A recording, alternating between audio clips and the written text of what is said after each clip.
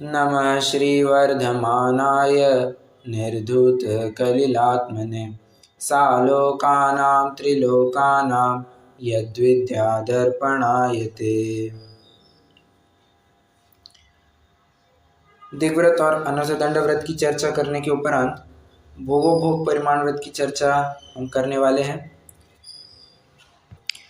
अब हम सीधे से 82 नंबर के श्लोक पर आते हैं, जहाँ पर भोगोभोग परिमाण व्रत का स्वरूप बताने वाला श्लोक बताया है। देखिए,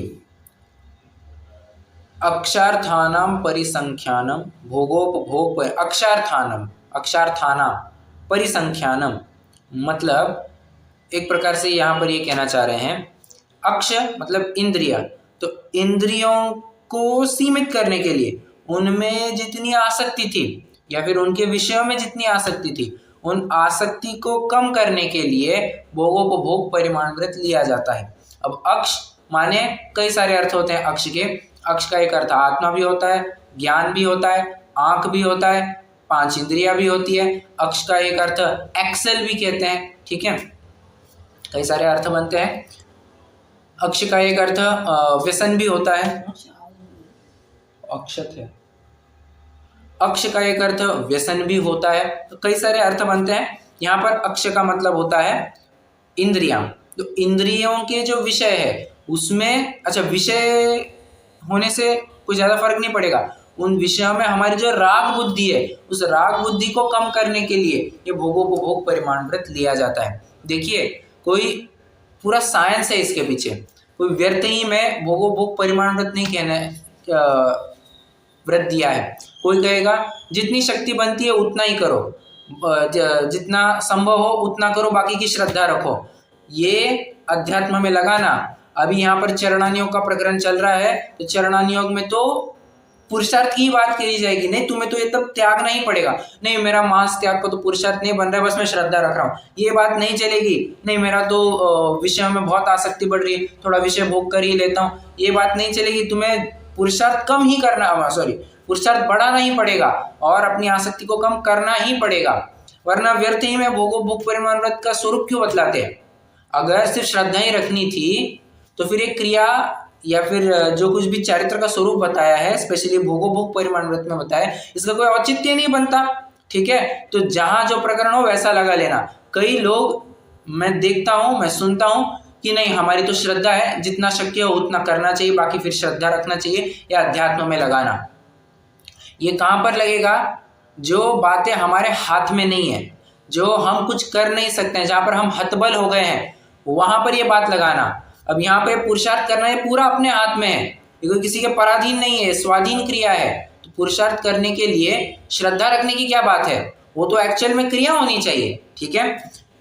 तो भोगोभोग परिमाण व्रत का दूसरा औचित्य भी बताया मैंने, सिर्फ श्रद्धा रखने के लिए नहीं, अपना पुरुषार्थ भी बढ़ाने के लिए। और एक प्रकार से ये देख, भोगोभोग परिमाण व्रत के माध्यम से ये टेस्ट किया जाता है कि अगर हम विषयों से दूर रहते हैं तो हमारी कितनी छटपटाहट होती है।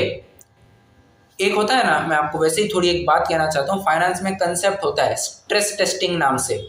स्ट्रेस टेस्टिंग स्पेशली बैंक, जो बैंक होती है, जितनी भी बैंक है, पीएनबी है, एचडीएफसी है, कोटक है, जितनी भी बैंक है, ये सब बैंकों में एक स्ट्रेस टेस्ट नाम का कंसेप्ट होता है, जिसमें क्या कहते हैं, मान के चलो तुम्हारे ऊपर कोई बहुत बड़ी आपत्ति आ जाए, तुमने फॉर एग्जाम्पल 10,000 करोड़ का लोन दिया है किसी को, अब 10,000 करोड़ बहुत बड़ा लोन हो गया और वो मान के चलो लोन डूब गया, ठीक है। तो उस स्थिति को संभालने के लिए तुम्हारे पास उतनी कैपेबिलिटीज है क्या? लोग, अगर तुम्हारा दिवाला निकल जाए तो लोगों का पैसा फिर से देने के लिए उतना पैसा फंड है क्या रिजर्व तुम्हारे पास? ये सब चेक किया जाता है और इसी को स्ट्रेस टेस्ट कहते हैं। बस इसी तरह का कुछ कंसेप्ट है। अगर तुम विषयों से दूर रहते हो तो तुम्हारी कितनी छटपटाहट होती है ये देखना जरूरी है। अगर तुम अभी भी विषय नहीं मिलने पर बहुत आकुल चित्त होते हो तो समझना मंजिल बहुत दूर है, अभी और पुरुषार्थ करने की जरूरत है, क्योंकि मुनि अवस्था प्राप्त करने के बाद तो एक भी विषय सामने नहीं होने वाला है। यहाँ पर माना तुम गृहस्थी में हो, तुम एक आध विषय अपने सामने मिलेगा, उसका उपभोग या भोग तुम कर सकते हो, मुनि होने के बाद काहे का भोग और काहे का उपभोग, वो संभव नहीं है। तो सारी की सारी बात मुनि अवस्था को ध्यान में रखते हुए अभी कर रहा है। माना कि मुनि पने की ट्रेनिंग ये शिक्षाव्रत में विशेष रूप से होती है, परंतु सुप्त रूप से, गुप्त रूप से किसी थोड़े छोटे लेवल पर जरूर गुणव्रत भी वो काम करते ही करते हैं, और मूल व्रत भी या अणुव्रत भी वो एक प्रकार से काम करते ही करते हैं। तो विषयों के प्रति जो राग भाव है, उस राग भाव को कम करने के लिए भोग परिमाण व्रत दिया जाता है। तनु कृते, तनु कृते, तनु मतलब होता है शरीर, हाँ घटने की सीमा। तनु मतलब होता है कृश भी करना। तनु के दो अर्थ होते हैं, एक शरीर और एक अर्थ होता है कृश करना। जैसे तनु ये शब्द कहां पर आया है? अपगत तनु, चलिए ये बताइए, अपगत तनु यह शब्द कहीं आया है क्या? कोई स्तोत्र में, कोई पाठ में? ये मैंने पिछली बार भी सवाल पूछा था। ये रेफरेंसेस आपको लिखने चाहिए, बहुत जानकारी वाली बातें होती है, ये लिख करके रखनी चाहिए।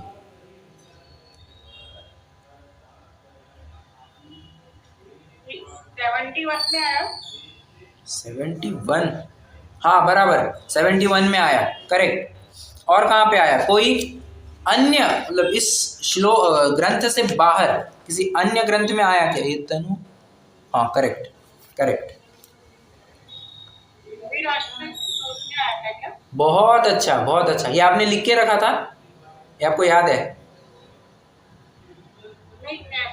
याद आ गया। अच्छा बहुत अच्छा, ये महावीराष्टक स्तोत्र में आया है। अपगत तनु, महावीर भगवान कैसे हो गए? अपगत तनु मतलब शरीर से रहित हो गए, अशरीरी हो गए। यहाँ पर वो अर्थ बताना था। यहाँ पर तो क्या है? तनु मतलब कहना है कृश करना, ऐसा भी अर्थ ले सकते हैं। तो राग रति नाम तनु कृते, कृते करना, क्या करना? कृश करना। राग को कृश करने के लिए, कम करने के लिए भोग परिमाण व्रत लिया जाता है। अब प्रश्न एक तुरंत उपस्थित होता है, जिसको आप परिमाण करने की बात कर रहे हैं, जिन भोग और उपभोग को परिमाण, उसका परिमाण करने की बात कर रहे हैं, भोग और उपभोग है क्या? उनका स्वरूप भी तो बताइए। तो कह रहे सुनो, भोग मतलब ऐसी वस्तु जिसको एक बार भोगा जाए और जिसको बार बार जिसका सेवन किया जाए उसे उपभोग कहते हैं। भोग का उदाहरण जैसे भोजन हो गया, उपभोग का उदाहरण कपड़े हो गया। भोजन हम एक ही बार मतलब एक टाइम में करते हैं, कपड़ा क्या पूरा दिन पहने हुए रहते हैं, इसलिए उसका उपभोग होता है। ठीक है, एक उदाहरण था।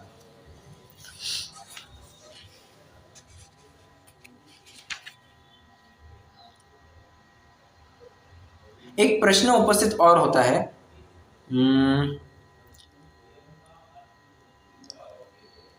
सिंहासन, यहाँ पर बहुत सारी बातें लिखी है। वस्त्र, आभरण, स्त्री, सिंहासन, पलंग, महल, बाग, वादित्र, चित्राम आदि बार बार भोगने में आते हैं, वे उपभोग है।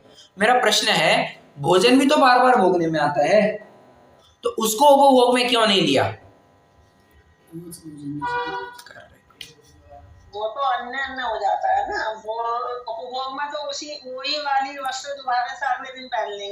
कर रहे बहुत अच्छा बहुत अच्छा। मतलब उपभोग में आप ये कंसेप्ट समझ सकते हैं कि उपभोग वाली वो वस्तु होती है जो बदलती नहीं है, भोग वाली वो वस्तु होती है जो बदलती रहती है। ठीक है, जैसे हमारी 2 व्हीलर है, 4 व्हीलर है, ये क्या हो गई? उपभोग का साधन हो गया, क्यों? वस्तु तो वही की वही है, वो बदली नहीं है।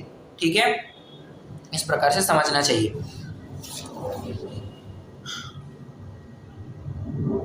चलिए, अब एक आचार्य देव को अचानक से बात याद आ गई मैं तो ये अपनी शैली में कह रहा हूँ। आचार्य देव को एक बात ख्याल में आई कि यार अपन तो भोग और उपभोग की बातें कर रहे हैं, कहीं ये मतलब जो अज्ञानी व्यक्ति है या मूढ़ व्यक्ति है, वो इस कंसेप्ट को कहीं ऐसी वस्तुओं पे ना लगा ले जिनका आजीवन त्याग होना चाहिए। देखिए, भोग और उपभोग परिमाण उनका ही किया जाता है जिनका सेवन निषिद्ध नहीं है, मतलब जिनका सेवन किया तो चलेगा। ठीक है, जिनका सेवन ही आजीवन के लिए त्याज्य बताया गया है, ऐसे मद्य, मांस, मधु, 5 अभक्ष्य, इनमें 5 उदुम्बर फल, जो कुछ भी है, ये सब आजीवन त्यागने योग्य है। तो इनमें कोई परिमाण की बात नहीं हुआ करती है, इसलिए उन्होंने स्पेसिफिकली 2 श्लोक लगाए इसके ऊपर। ध्यान से समझना, 2 नहीं 3 श्लोक लगाए, 3 श्लोक लगाए हैं और कह रहे हैं इन 3 श्लोकों में जिन जिन बातों की हम चर्चा करेंगे उनका तो आजीवन त्याग होना चाहिए। तुम परिमाण का कंसेप्ट इसमें मत लगाना, ठीक है। कौन कौन सी बातें हैं, तो कहते हैं त्रसहति मतलब त्रसघात की जितनी भी बातें हैं, और मध्यम, मध्य एक प्रकार से नशाकारक की बात करते हैं, ठीक है। अपन एक काम करते हैं, 3 श्लोक जरा पढ़ेंगे, थोड़ा महत्वपूर्ण है, इसलिए मैं क्या कल कह रहा था ना, भोग परिमाण का प्रकरण महत्वपूर्ण है, उस श्लोक के साथ पढ़ेंगे तो ज्यादा इफेक्ट आएगा। 84 नंबर का श्लोक है। और हाँ एक बात, 84, 85, 86 इन श्लोकों को जिंदगी में भूलना नहीं। क्या कहा, रत्नगंष्टावकाचार्य के 84, 85 और 86, 84, 85, 86 इन श्लोकों को गलती से भी नहीं भूलना। क्यों साहब, इनमें क्या कंसेप्ट है, जैसे मैंने अभी बताया कि आजीवन त्यागने योग्य वस्तुओं में परिमाण कभी नहीं किया जा सकता। परिमाण तो उनमें ही संभव है जिनका सेवन चलेगा, मतलब जिनका सेवन किया तो चलेगा, उन वस्तु में ही लगता है, ठीक है। पढ़िए, त्रसहति परिहरणार्थम क्षौद्रम पिशितम प्रमाद परिहृयते मध्यम च वर्जनीयम जिन चरणों शरणमुपयाते। कहते हैं त्रसघात का त्याग करना हो तो 2 चीजों का त्याग करना। कौन कौन से, क्षौद्र और पिशित। क्षौद्र मतलब होता है मधु, मधु मतलब हनी, पिशित मतलब होता है मांस, ठीक है। तो त्रसघात का त्याग करने के लिए तुम मध्य का त्याग, एक्सट्रीमली सॉरी, मधु का त्याग कर दो और मांस का त्याग कर दो, ठीक है। तो साहब 3 मकार में मधु भी एक्सट्रीमली सॉरी शराब भी आता है, मद्य भी आता है, उसकी बात नहीं की। आगे पढ़ो, प्रमाद परिहृयते मध्यम च वर्जनीयम, और प्रमाद का त्याग करने के लिए तुमने शराब का सेवन छोड़ देना चाहिए। अब इसमें कोई इतना ही नहीं समझ ले कि शराब मतलब जो प्रॉपर बॉटल में पैक होकर के आती है वो शराब, या फिर कोई हमें ग्लास में भर भर के शराब दे दे वो शराब, उसकी बात नहीं चल रही है। अच्छा, उसकी बात तो चल ही रही है, हाँ, इसमें तत्संबंधी जो अतिचार है उनकी भी बात लगा लेना। मतलब जिनका सेवन करने पर मद्य त्याग का अतिचार लगता है उन चीजों को भी शामिल करना। जैसे आचार मुरब्बा, मर्यादा के बाहर का जो आचार मुरब्बा होता है, आचार मुरब्बे की मर्यादा कितनी,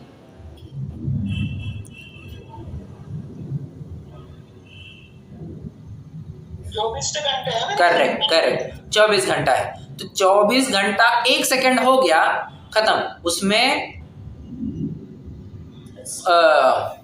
जीवोत्पत्ति तो चालू हो ही जाती है, उसमें एक विशिष्ट प्रक्रिया चालू होती है जो शराब में होती है। क्या, सड़ने की प्रक्रिया।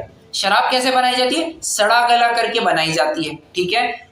सेम टू सेम प्रोसेस आचार मुरब्बे में भी होती है। इसलिए आज मर्यादा के बाहर के आचार मुरब्बे का सेवन यह क्या है अपना मध्य त्याग के अतिचार में जाएगा, ठीक है। और जितने भी आपके कोल्ड ड्रिंक्स है, स्लाइस है, मांजा है, 7 अप है, ट्रॉपिकाना है, रियल फ्रूट है, जितना जो कुछ भी आता है, हार्वेस्ट है, और क्या हर्शी है, रूह अफ़ज़ा है, जितने मुझे याद है मैं आपको, रसना है, रसना तो मेन हो गया, जितना है आपका रसना है, ये सब का सब कोल्ड ड्रिंक, शीत पेय, हार्ड ड्रिंक तो ख़त्म ही है, वो तो सीधा मध्य में ही आ जाएगा। तो सॉफ्ट ड्रिंक्स भी सब इसके अतिचार में आएंगे। क्यों, क्योंकि उसमें भी सड़ने की प्रक्रिया तो हो ही रही है ना। आप जरा विचार करना, जो क्या कहते हैं थम्स अप की बोतल रखी है, ठीक है, कितने दिन से वो पड़ी होगी, आपको लगता है एक उस दिन बने और उसी दिन बेच दिया और उसी दिन पी भी ली लोगों ने, ऐसा संभव है? बिल्कुल संभव नहीं है। और पानी से बनी हुई जितनी भी वस्तुएं हुआ करती है, जितनी भी वस्तुएं, उनकी मर्यादा मैक्सिमम 1 दिन होती है, मैक्सिमम, ठीक है। पानी से बनी हुई वस्तुओं की मैक्सिमम मर्यादा 1 दिन हुआ करती है। तो ये तो पानी का पूरा भंडार है, अब ये 1 दिन के ऊपर हो गया है, मतलब 1 दिन के ऊपर हो गया, मतलब सड़ने की प्रक्रिया इसमें भी चालू हो गई, खत्म। इसलिए मैंने कहा कि कोल्ड ड्रिंक वगैरह पीना ये भी मद्य त्याग में आ जाएगा। देखिए मद्य मतलब आज सिर्फ शराब की बोतल, किंगफिशर या रॉयल स्टैग ये सब मत लेकर के चलिए, फॉस्टर ये सब मत लेकर के, जो प्रॉपर शराब है वो तो आएगा ही, परंतु वैसी की वैसी प्रक्रिया और जहां जहां पर पाई जाती है वो सब भी आपको शामिल समझ लेना चाहिए।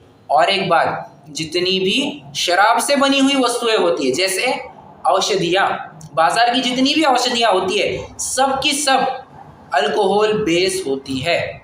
और सैनिटाइजर वगैरह पे तो लिखा ही होता है इट कंटेन्स अल्कोहल, खुद लिख रहे हैं अल्कोहल होता है, और हम फिर भी उसका प्रयोग कर रहे हैं। कोरोना में पता नहीं साहब कितने जनों ने सैनिटाइजर का प्रयोग कर करा के कितनी शराब की सेवन कर ली होगी, ये कोई नहीं जानता है। मतलब इतनी खपत हो गई, इतनी शराब की खपत हो गई थी, विचारणीय बिंदु है।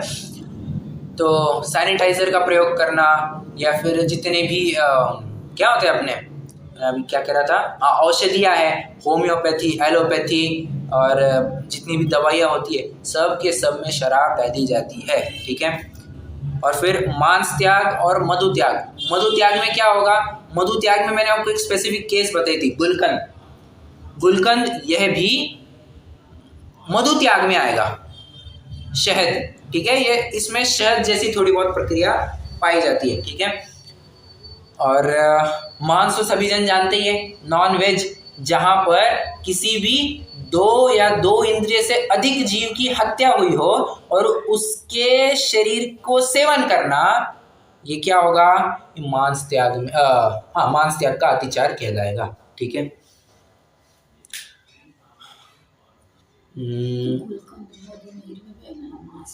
मांस में क्या क्या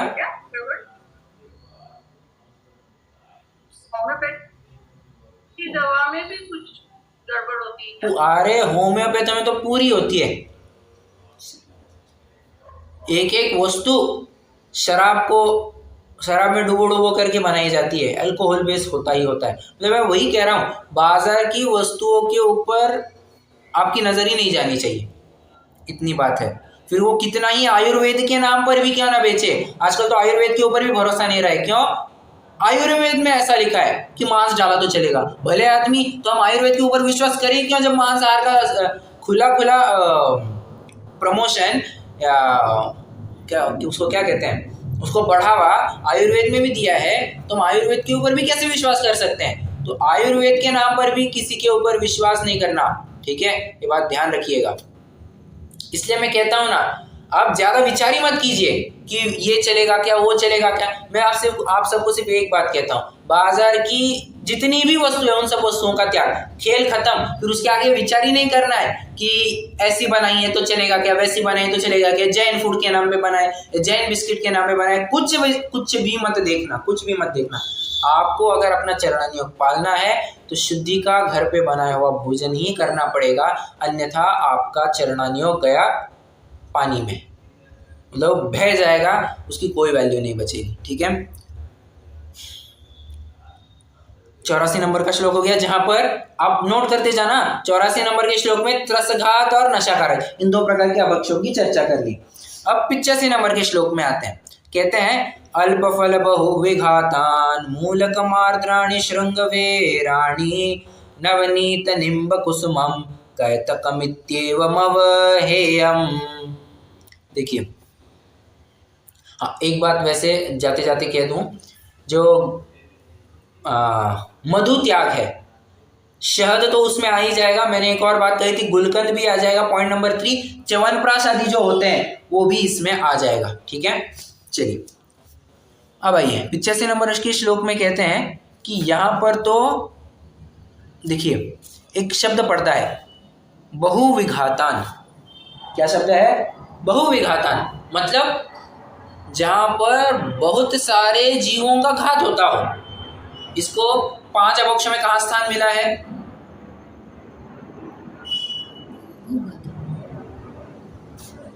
बताइए, सिंपल है, बहुत से जीवों का घात होता हो, ऐसे अभक्ष को कौन से कैटेगरी में रखा है, करेक्ट, बहुत अच्छा, बहुघात में इसको बताया। मतलब 85 नंबर के श्लोक में बहुघात की चर्चा आई है, ठीक है। बहुघात किस किस प्रकार से हो सकता है? तो कहते हैं मूलक, आर्द्राणी, शृंगवेराणी, नवनीत, निम्ब कुसुम, कैतकमित्येवम अवहेय। देखिए बहुत सारी बातें कह दी। केतकी केवड़ा के फूल, कंद, मूल। देखिए दो बातें कह रहे हैं, कंद और मूल, तो अलग अलग पढ़ना है आपको, ठीक है। और अल्पफल, अल्पफल मतलब छोटे फल। अब आप पूछेंगे कोई कोई फल तो जाति में ही थोड़े छोटे साइज के होते हैं, ठीक है, उनको भी अल्पफल मान ले, तो वैसी बात नहीं। यहाँ पर अल्पफल से उद्देश्य तात्पर्य है कि उसकी जितनी प्रॉपर साइज होनी चाहिए थी उससे एक प्री मैच्योर स्टेज है, मैच्योर स्टेज नहीं है, प्री मैच्योर स्टेज है, उससे कम ग्रोथ हुई है, उसको अल्पफल कहा जा रहा है, ठीक है। जिसको कहते हैं एकदम टेंडर है, कौली है, उसकी बात यहाँ पर चल रही है। तो अल्पफल जो बहुत घातक होते हैं, मूलक, आर्द्राणी, शृंगवेराणी, नवनीत, कंदमूल यहाँ पर इन्होंने इंक्लूड कर लिया है। शृंगवेराणी मतलब क्या लिया इन्होंने? बेर, शृंगवेर मतलब कुछ एक फूल होते हैं जिनका सेवन निषिद्ध बताया गया है। नवनीत, नवनीत मतलब क्या है?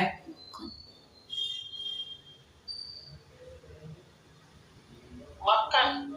करेक्ट, बहुत अच्छा। नवनीत ये शब्द कहीं और आया क्या?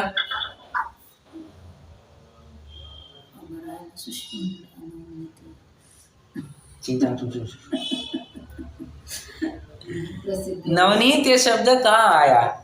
हमारी माता जी को शब्द तो ख्याल में है, पर चिंग चांग चूं चूं कुछ कर रही है। हाँ,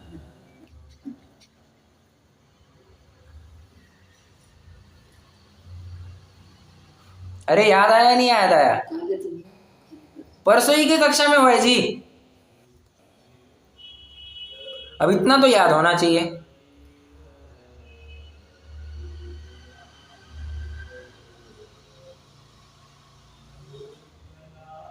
अरे क्या बात है, अब एग्जाम देने वाले हैं 4 दिन बाद, ऐसी हालत होगी तो थोड़ी सी धोखे की घंटी है, समझ लीजिए। थोड़ा अच्छे से रिवाइज कीजिए। अपन कक्षा रिवीजन उसी प्रयोजन से कर रहे हैं ताकि जितना भी प्रकरण अपन ने कम से कम कितना 3 महीना चला है, 99 क्लासेस लिए, मतलब 3 महीना कक्षा चलाई है हमने, तो 3 महीने का किया करा है पूरा, पानी बर्बाद ना हो जाए, इसलिए हम 10 दिन में पूरी रिवीजन कर रहे हैं। अगर रिवीजन में भी थोड़ी दिक्कत आ रही है फिर आपको थोड़ी मेहनत करनी ही पड़ेगी, और देखिए इसमें समय आपको निकालना पड़ेगा। अब ऐसा मत विचार कीजिए सिर्फ ये 1 घंटा रिवीजन हो गई तो हो गया, नहीं, आपको अलग से 1 घंटा, 1.5 घंटा, 2 घंटा, 3 घंटा आपको अलग से समय निकालना पड़ेगा, तो ही जाकर के बात बनेगी, ठीक है। वरना एक करने का फिर कुछ भी आउटपुट नहीं निकलेगा। 1 घंटा सुन रहे हैं, बस हो गया हमारा स्वाध्याय, ऐसा तो ना करें।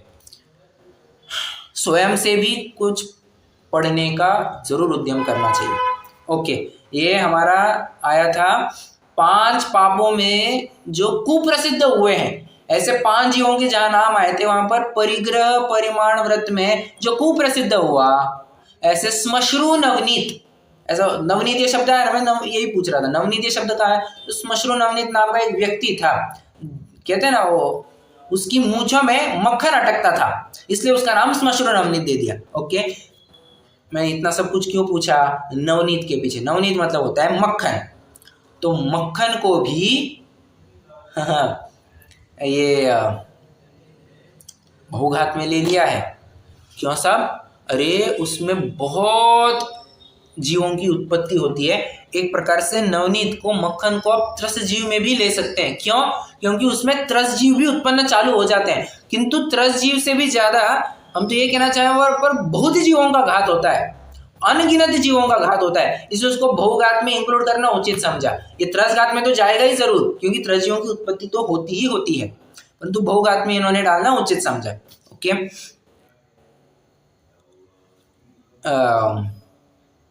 तो प्रश्न है, मक्खन भक्ष्य है या अभक्ष्य है? देखिए एक बात ध्यान रखना, मर्यादा के अंदर जो कुछ भी है वो सारा भक्ष्य माना जाएगा, मर्यादा के बाहर चला गया तो वो फिर दोष कारक है।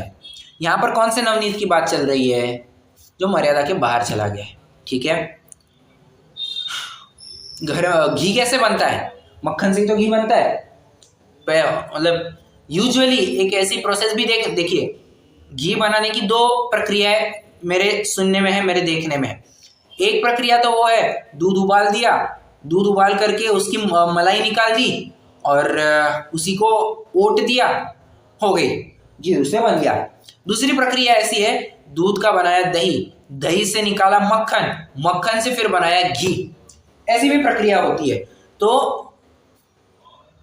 मक्खन एक प्रकार से आप समझ सकते हैं दोनों को भी ले लिया है। आप किसी भी प्रक्रिया से बनाओ तो घी को बनाने के पहले की जो मलाई वाला हिस्सा है, क्रीम क्रीम हिस्सा है, वो मर्यादा के बाहर चला गया, खत्म, उसमें भूघात होना चालू हो जाता है।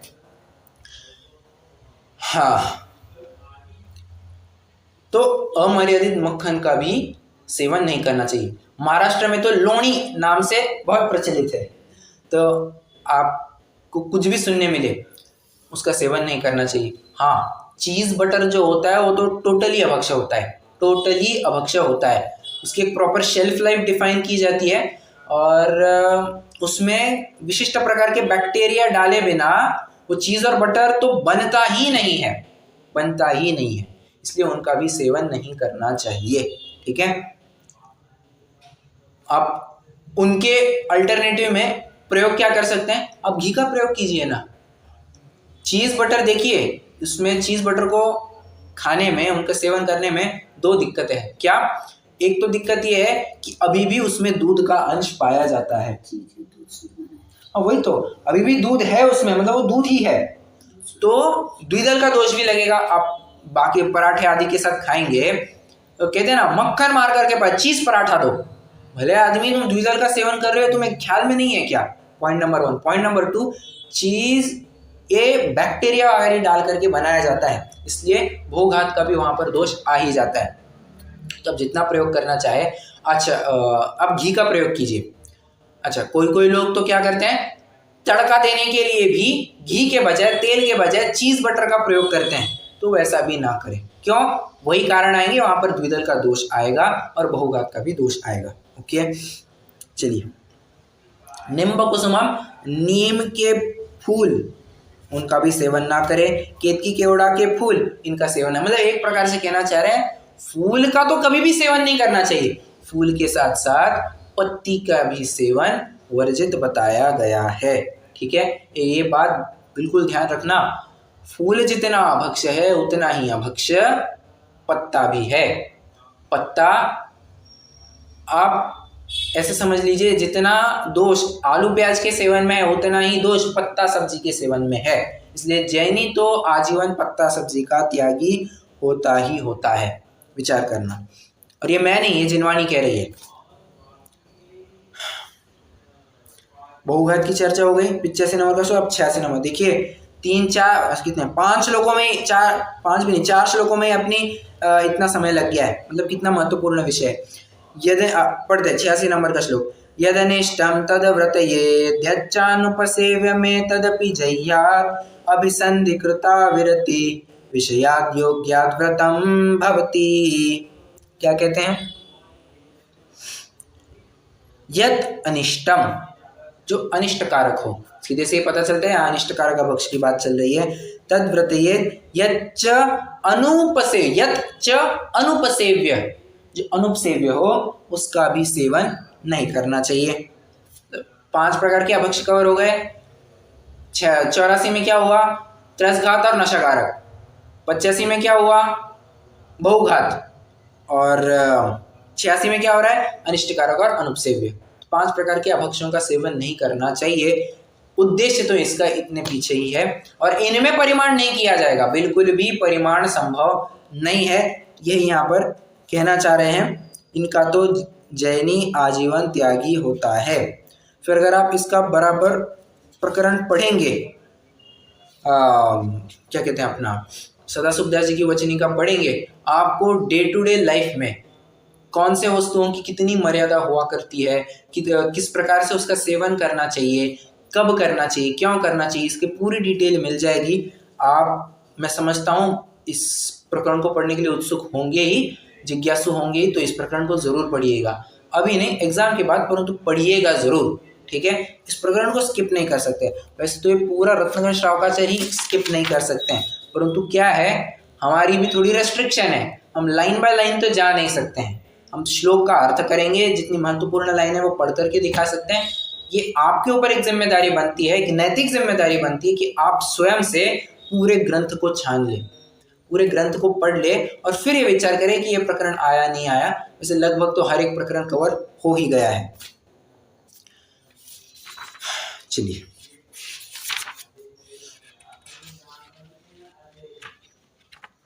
एक प्रश्न है वैसे, रात्रि भोजन ये किस में जाएगा? त्रसघात, बहुघात, अनिष्टकारक, अनुपसेव्य, नशाकारक, किस में जाएगा? 5 अभोक्ष में रात्रि भोजन की गणना कहां पर होगी?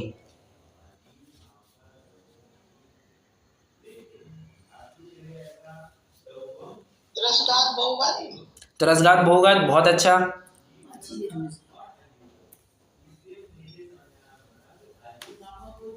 मुझे डॉक्टर वगैरह कहते हैं कि रात को नहीं खाना चाहिए, तो अनिष्टकारक में भी ले सकते हैं। करेक्ट, बहुत अच्छा, अनिष्टकारक में भी लेंगे। अनुपसेव्य में ले सकते हैं क्या?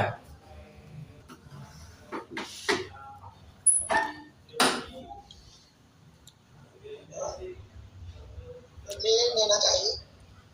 क्या कहा, लेना चाहिए या नहीं? लेना चाहिए। लेना चाहिए। कारण क्या हो सकता है? क्योंकि रात को सब मच्छर वगैरह गिर गए तो वो अनुपसेव्य तो हो गया। वो हाँ हो सकता है, ठीक है, अब उसको अनुपसेव्य में भी ले सकते हैं, परंतु अनुपसेव्य की परिभाषा ये है जिनका सेवन लोक निंद्य बताया गया। अब पहले के जमाने में जाएंगे, आज जमाना बदल गया है इसलिए कंसेप्ट बदलेगा ऐसा नहीं है। अब यूनिवर्सल ट्रूथ है वो तो कभी बदलता है नहीं। रात्रि में भोजन, अब थोड़े पुराने ज़माने में जाएंगे आपको बराबर मिलेगा, खत्म पूरा रात में, रात क्या सूर्यास्त होने से पहले ही सब चौका साफ हो जाता था।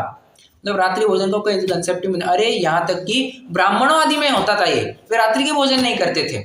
आज तो सब जमाना बदल गया है कि कौन ब्राह्मण, कौन वैश्य, कौन शूद्र, कौन क्षत्रिय, कुछ अंतर बचा नहीं है, सब लगे अपने विषय भोगों में, तो वो बात नहीं चल रही है। परंतु पहले और कोई रात्रि भोजन करता तो वो लोकनिंद्य बताया जाता था। हाँ, ये बात अलग है कि हम मुसलमान भाई तो रात्रि में ही भोजन करने को इतिश्री मानते हैं, तो मैं ये कह रहा था कि वे तो रात्रि में ही खाते हैं, उनकी बात नहीं चल रही, परंतु पहले तो ये लोकनिंद्य ही माना जाता था। ये बहुत रेयर केस बनेगा कि हम नशाकारक भी ले लें, पर नशाकारक में तो इतना नहीं जाएगा। हाँ, अनलेस आप अगर कुछ ऐसी वस्तु का सेवन करें जो नशाकारक अभक्ष्य के अतिचार में जाता हो, तो उनका सेवन करते हैं तो फिर वो नशाकारक में भी जाएगा। तो एक प्रकार से आप देख सकते हैं मोटा माटी 5 ही प्रकार के अभक्ष्य में जाएगा। मतलब रात्रि भोजन करना 5 अभक्ष्यों के सेवन करने बराबर है। ठीक है, विचार कीजिए। अगले श्लोक की तरफ बढ़ते हैं, जहां पर भोग और उपभोग का भोगोपभोग परिमाणरत है वो किस प्रकार लिया जा सकता है, कितने काल के लिए लिया जा सकता है। तो काल की मर्यादा को ध्यान में रखते हुए आचार्य देव कहते हैं, देखो अगर तुम आजीवन के लिए त्याग करते हो तो भोगोपभोग परिमाणरत यम कहलाएगा, और कुछ काल के लिए करते हो तो वो नियम कहलाएगा। बस इतना सा कंसेप्ट है। ये हो सकता है आपको फिल इन द ब्लैंक वगैरह में कुछ होगा, तो ये बात ध्यान रखनी चाहिए। भोगोपभोग परिमाणरत और कहाँ कहाँ किया जा सकता है? अच्छा, अभी तक तो क्या कह रहे थे, जिनका आजीवन त्याग करना चाहिए। अब कह रहे हैं कि भोगोपभोग परिमाणरत किया कहां पर जाएगा। पहले नेगेटिव कह दिया, पॉजिटिव कह रहे हैं। ठीक है, तो कह रहे हैं भोगोपभोग भोजन में होगा। भोगो एक प्रकार से भोग और उपभोग की जितनी भी वस्तुएं हैं उन सब में परिमाण करना, ये भोगो, ये सब उदाहरण आ जाएंगे। यहाँ पर उन्होंने लिस्ट भी गिना दी। भोजन में परिमाण करना, भोजन में कैसे परिमाण कर सकते हैं? आज मैं 1 ही बार भोजन करूंगा, आज मैं 2 ही बार भोजन करूंगा, आज मैं 3 ही बार मुंह झूठा करूंगा, भोजन संबंधी। आप प्रश्न पूछ सकते हैं, क्या कोई श्रावक भी ऐसे नियम ले सकता है मैं 3 या 4 ही बार मुंह झूठा करूंगा? क्यों नहीं कर सकता है? हो सकता है उसको कोई दिक्कत हो जिसके माध्यम से उसे शुद्ध सात्विक वैद्य ने कहा होगा कि आपको शुद्ध सात्विक औषधि का प्रयोग करना है, आपको सेवन करना है, दिन में 5 बार सेवन करना है। होगी ऐसी कोई व्याधि होगी उसको कि 5 बार सेवन करने, अपन उदाहरण ले रहे हैं, तो विचार करेगा कि देखो और फिर उसके अलावा भोजन भी करता होगा। 5 बार मुंह झूठा करना है दवाई के माध्यम से, और फिर भोजन भी करता होगा 2 टाइम, तो 7 बार मुंह झूठा करता होगा। वो विचार करेगा नहीं आज मैं 5 ही बार मुंह झूठा करूंगा, जितनी दवाई लेनी है उतना करूंगा, और भोजन भी साथ ही में कर लूंगा, अलग से नहीं करूंगा। ऐसा भी संभव है। भोजन भी फिर और हर प्रकार से संभव है। आज मैं मीठा नहीं खाऊंगा, जितना अपन शटरस का पालन करते हैं ये सब भोजन में आ जाएगा। ठीक है। वाहन, आज मैं इसी वाहन का प्रयोग करूंगा, आज मैं सिर्फ बैलगाड़ी का ही प्रयोग करूंगा, आज मैं सिर्फ घोड़ा गाड़ी का ही प्रयोग करूंगा, मैं आज हाथी का ही प्रयोग करूंगा, आज मैं 2 व्हीलर या 4 व्हीलर का ही प्रयोग करूंगा। ऐसा जो कुछ भी नियम लाएगा, या फिर आज मैं सिर्फ पैदल ही चलूंगा, सिर्फ साइकिल ही चलाऊंगा, ये सब वाहन का परिमाण आ जाएगा। शयन, गद्दे का मैं आज एक ही गद्दे का प्रयोग करूंगा, मैं 2 ही गद्दे का प्रयोग करूंगा, या फिर मैं आज गद्दे पर ना सो करके मैं सिर्फ चटाई पे सोऊंगा, जो कुछ भी है वो उस प्रकार से परिमाण कर सकता है। स्नान, मैं आज सिर्फ 2 ही बार स्नान करूंगा, हो सकता है उसको कोई दिक्कत हो 3 बार स्नान करनी पड़े, आज सिर्फ 2 ही बार स्नान करेगा। पवित्रांग, पवित्रांग मतलब विलेपन, इत्र फुलेल, इत्र फुलेल तो नहीं, पवित्रांग कह करके यहाँ पर क्या लिया इन्होंने,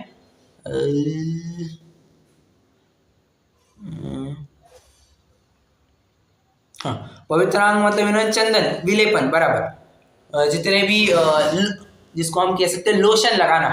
ठीक है। लोशन वगैरह जो कुछ भी शुद्ध सात्विक, हाँ लोशन कह करके ये मत समझ लेना कि कोई क्रीम लगाने को, फेयर एंड लवली और ये और फलाना ढिमका निविया की क्रीम लगाने को कह रहे, बोरो प्लस लगाने को कह रहे, कुछ भी नहीं ऐसा। ये तो पूरी टोटली अशुद्ध वस्तुएं हैं। यहाँ पर विलेपन के नाम पर चंदन, उबटन, कपूर, जो कुछ भी लगाना जो शुद्ध सात्विक है उनकी बात चल रही है। तो मैं आज सिर्फ चंदन लगाऊंगा, आज मैं सिर्फ उबटन लगाऊंगा, ऐसा वो विचार करेगा, मतलब करेगा वो। राग कुसुमेशु मतलब इत्र फुलेल की बात चल रही है। आज मैं एक ही इत्र का प्रयोग करूंगा, आज मैं 2 ही इत्र का प्रयोग करूंगा, जो कुछ भी। अच्छा समझना, इत्र फुलेल भी शुद्ध सात्विक ही होगा। यहाँ पर सभी, डॉक्टर साहब आपका माइक चालू है, कोई प्रश्न है? ओके। यहाँ पर परिमाण तो उन्हीं वस्तु का कह रहे हैं जो शुद्ध सात्विक है, शुद्ध सात्विक वस्तुओं के परिमाण की बात चल रही है। तांबुल, तांबुल मतलब होता है मैं आज लौंग, सौंफ, इलायची कितनी चबाऊंगा, उसकी बात चल रही है। वसन, मैं आज 3 ही कपड़े का प्रयोग करूंगा, मैं 4 ही कपड़े का प्रयोग करूंगा, वैसे विचार करेगा। भूषण, मैं आज अंगूठी सिर्फ पहनूंगा, मैं सिर्फ आज सिर्फ कड़ा ही पहनूंगा, मैं सिर्फ आज चेन ही पहनूंगी, मैं सिर्फ आज कान की लगाऊंगी, जो कुछ भी, स्त्री पुरुष दोनों के हिसाब से लगा लेना। मनमत, मनमत मतलब होता है स्त्री सेवन या पुरुष सेवन, काम सेवन। तो आज मैं कान सेवन नहीं करूंगा, या इस महीने में मैं इस महीने या फिर इस वर्ष जो कुछ भी है मैं काम सेवन एक ही बार करूंगा। ऐसे जो परिमाण करेगा वो भी भोगो भोग परिमाण व्रत में आएगा। संगीत और गीतेशु, संगीत मतलब प्रॉपर से कहना चाहे तो क्या कहा जाएगा, वो म्यूजिकल इंस्ट्रूमेंट, और गीत मतलब कहा जाएगा शब्द आदि के माध्यम से जो गाया जाता है। तो इनमें भी मैं परिमाण करूंगा। हो सकता है वो क्लासिकल कुछ सुने, कुछ भक्ति भजन सुने, तो उसमें भी वो परिमाण कर लेगा। ठीक है। तो भोगो भोग परिमाण कहाँ पर किया जाएगा इसकी बात हो गई। और अब एक प्रकरण और बात आती है कि आप नियम ले रहे हैं, किसकी बात चल रही है? यम की बात नहीं चल रही है, नियम की बात चल रही है। तो नियम आप कितने काल की मर्यादा से कर सकते हैं? तो कहते हैं अद्य दिवा, मतलब आज सिर्फ एक दिन के लिए, आज सिर्फ रात्रि, दिन और रात्रि अलग अलग कह रहे हैं, आज के सिर्फ दिन के लिए, आज के सिर्फ रात्रि के लिए, एक पक्ष के लिए, एक महीने के लिए, एक अयन के लिए, एक क्या कहते हैं ऋतु के लिए, जो कुछ भी है। इस प्रकार से काल की मर्यादा को ध्यान में रखते हुए भी वो नियम लेगा। ठीक है। प्रत्याख्यानम भवेन नियम वो इस प्रकार से ले लेगा। और अंत का 90वां श्लोक है, जहां पर भोगो भोग परिमाण व्रत के अधिचार बताए जा रहे हैं। कह रहे हैं अनुप्रेक्षा, अनुप्रेक्षा मतलब क्या? चिंतवन, विचार, मतलब यहां पर राग के घटने की बात कर रहे हैं। अनुस्मृति मतलब बार बार याद करना, एक प्रकार से लगभग सेम ही बात हो गई, परंतु यहाँ पर परिमाण का राग नहीं घटना। ओके। अनुस्मृति में क्या है? बार बार उन विषयों की याद आना। और अनुप्रेक्षा क्या कह रहा है? वो राग नहीं घटना। ठीक है। परिमाण जितना किया है ना, मतलब मान के चलिए मैंने क्या कह सकता हूं मैं अभी, कैसे कहूं मैं, हाँ, मैं आज सिर्फ 2 ही मिठाई का सेवन, मैं आज सिर्फ 3 ही मिठाई का सेवन करूंगा। तो ये जो परिमाण किया है ना, उस परिमाण को भी तुम कम कर सकते हो। तो उस परिमाण को कम कर न करने का जो राग है, वो अगर तुम्हारा कम नहीं हो रहा है तो वो अनुप्रेक्षा नाम की अतिचार में जाएगा। तुम्हें जो 3 से 2 पर आना था, 2 से 1 पर आना था, ऐसा करना चाहिए था, तो ऐसा नहीं कर रहे हो ना, अनुप्रेक्षा नाम का अतिचार आएगा। अति लौल्य मतलब बहुत गृद्धता से आसक्त होकर के भोगना। अति तृष्णा मतलब भविष्य में मैं ऐसा भोगूंगा, अति तृष्णा में चला जाएगा। और अनुभव वर्तमान में ऐसा विचार करना कि मैं इनको भोग रहा हूं। देखिए, अति लौल्य और अनुभव में क्या फर्क है? काल तो दोनों का वर्तमान ही है, वर्तमान काल ही है, परंतु अति लौल्य में वो प्रत्यक्ष रूप से उन भोगों को भोग रहा है, और अनुभव में मन के स्तर पर, सिर्फ चिंतन के स्तर पर उन विषयों को भोग रहा है। ऐसा आपको समझना चाहिए। और इस प्रकार से अपना भोगो भोग परिमाण व्रत की भी चर्चा पूरी हुई, और साथ ही साथ अपना गुण व्रत अधिकार भी पूरा हो गया। इसके बाद अपना कल से प्रारंभ होगा शिक्षा व्रत अधिकार। मैक्स अभी अपन कितना 4 दिन लगेंगे, तो 4 दिन में अपन लगभग पूरा कंप्लीट कर देंगे। उसके बाद आपका पेपर होगा। कोई प्रश्न हो तो जरूर पूछिएगा।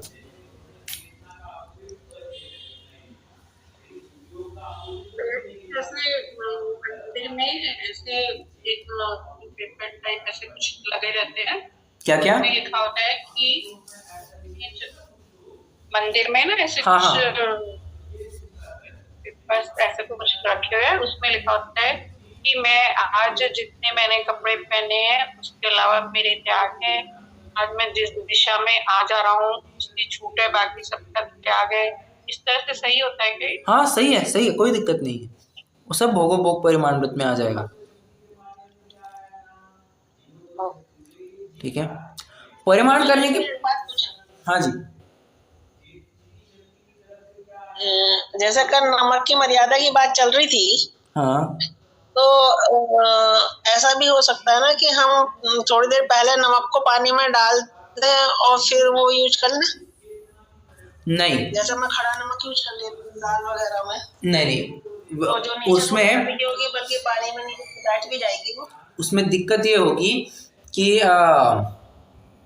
क्या कहना चाहिए, पानी है आपका अचित, नमक है आपका सचित, तो आपका सचित और अचित को मिक्स करने पर आपको क्या वो सचित सम्मिश्र, संबंध नहीं, सचित सम्मिश्र नाम का अतिचार आ जाएगा वहां पर, इसलिए वैसा भी प्रयोग करना योग्य नहीं है।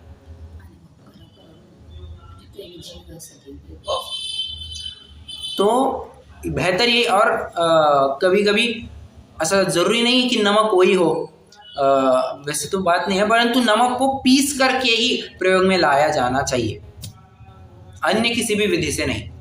आपने खड़ा नमक डाल दिया या कुछ कर दिया, नहीं चलेगा।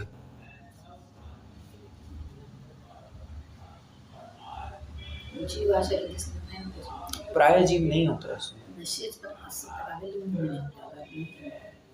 ठीक है, चलिए रुकते हैं, जनवाणी स्तुति करेंगे।